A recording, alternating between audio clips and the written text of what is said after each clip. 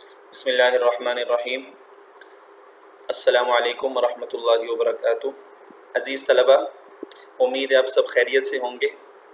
ہمارے اسلامیات کا باب سوم چل رہا ہے جس کا عنوان ہے سیرت طیبہ، اور باب سوم میں ہمارا سبق نمبر 10 ہم پڑھ رہے ہیں جس کا عنوان ہے انداز گفتگو۔ ٹھیک ہے، ہماری گفتگو کا انداز کیسا ہونا چاہیے۔ تو آئیے بلا تاخیر آج ہم وہاں سے شروع کرتے ہیں جہاں سے ہم نے سبق کل چھوڑا تھا۔ جی، کل ہم نے لقمان علیہ السلام کی نصیحت جو اپنے بیٹے کو کی تھی انہوں نے، ٹھیک ہے، وہ پڑھی تھی، جو آواز سے متعلق تھی کہ آپ اپنی آواز کو آہستہ رکھو، بے شک آوازوں میں سب سے بری آواز وہ گدھوں کی سی ہے۔ ٹھیک ہے، تو اس آیت کا ترجمہ ہم نے کل پڑھ لیا تھا، آج اس آیت کا ہم مفہوم پڑھیں گے۔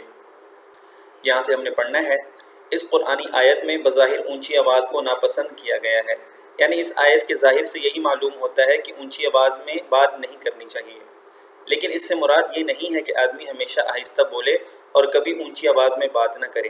ٹھیک ہے نا،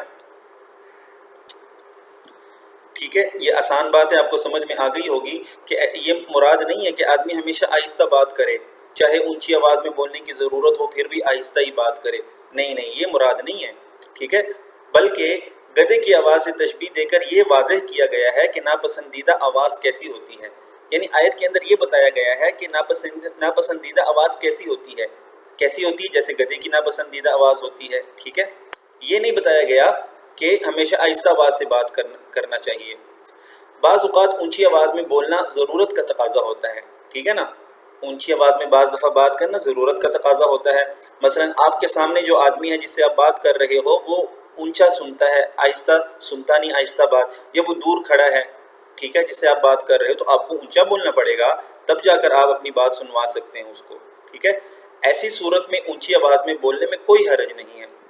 اونچی آواز میں کلام کرنا اس صورت میں ناپسندیدہ ہے جبکہ اس کا مقصد کسی پر روب جمانا، ٹھیک ہے نا، اپنا روب اور دبدبہ جمانا ہو، ٹھیک، بٹھانا ہو اور اپنی برتری ظاہر کرنا ہو، اپنا بڑا پن ظاہر کرنا ہو، ٹھیک ہے، تب برا ہے۔ اور ایسی صورت میں بلند آواز میں بولنے کو گدھے کی آواز سے تشبیہ دی گئی ہے اور اسے بدترین آواز قرار دیا گیا ہے۔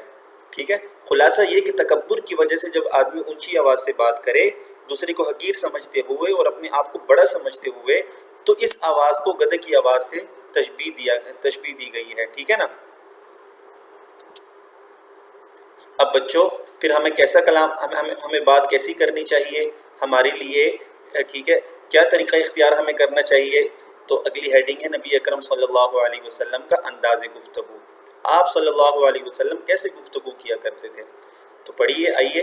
انداز گفتگو کے بارے میں بہترین رہنمائی ہمیں رسول اکرم صلی اللہ علیہ وسلم کی زندگی سے ملتی ہے کہ آپ صلی اللہ علیہ وسلم کیسے بات کیا کرتے تھے، ہم بھی ویسے بات کریں گے، ہم بھی وہی انداز اپنائیں گے۔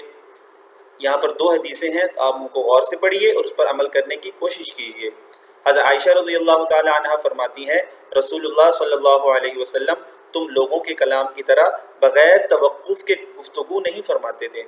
ٹھیک ہے نا، بغیر توقف کے، بغیر رکے ہوئے گفتگو یعنی کلام نہیں فرماتے تھے، بلکہ آپ صلی اللہ علیہ وسلم یوں ٹہر ٹہر کر گفتگو فرماتے تھے کہ آپ صلی اللہ علیہ وسلم کے پاس بیٹھا شخص اسے یاد کر لیتا، یعنی اتنی ٹہر ٹہر کر، رک رک کر گفتگو فرماتے کہ جو آپ کی بات سن رہا ہوتا یا آپ کے پاس بیٹھا ہوتا وہ ساری گفتگو اس کے ذہن نشین ہو جاتی، اس کو یاد کر لیتا۔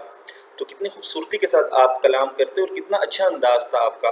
تو ہمیں بھی ایسی بات کرنی چاہیے، ایسا نہیں کرنا چاہیے کہ آدھی بات ہم منہ سے نکالیں اور آدھی منہ کے اندر رہ جائے، ٹھیک ہے نا، گول مول بات کر لیں یا جلدی جلدی بات کر جائیں، ایسا نہیں ہونا چاہیے۔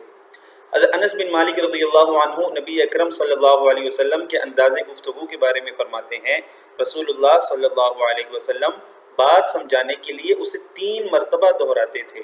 ٹھیک ہے، یعنی یہ ہمیشہ نہیں ہے، بلکہ جب دیکھتے تھے کہ میرا جو سامع ہے جس کو میں اپنی بات سنا رہا ہوں، جو بات سننے والا ہے، ٹھیک ہے، جب محسوس کرتے کہ اس کو پہلی مرتبہ ایک ہی مرتبہ بات کرنے میں اس کو سمجھ میں نہیں آئے گی، تو آپ صلی اللہ علیہ وسلم ضرورت سمجھتے ہوئے 3 مرتبہ بھی دہراتے تھے۔ تو ہمیں بھی چاہیے کہ جب ہم کسی کو بات بتائیں، مثلا ہمارے سامنے کوئی بچہ ہو جس کو ہم بات بتا رہے ہوں، یا ایسا آدمی ہو جس کو بات جلدی سمجھ میں نہیں آتی، تو ہم اس کو بات سمجھاتے ہوئے 3 مرتبہ دہرا سکتے ہیں۔ ٹھیک ہے، امید ہے آج کا سبق آپ کو سمجھ میں آ گیا ہوگا، اگلے سبق میں پھر ملیں گے۔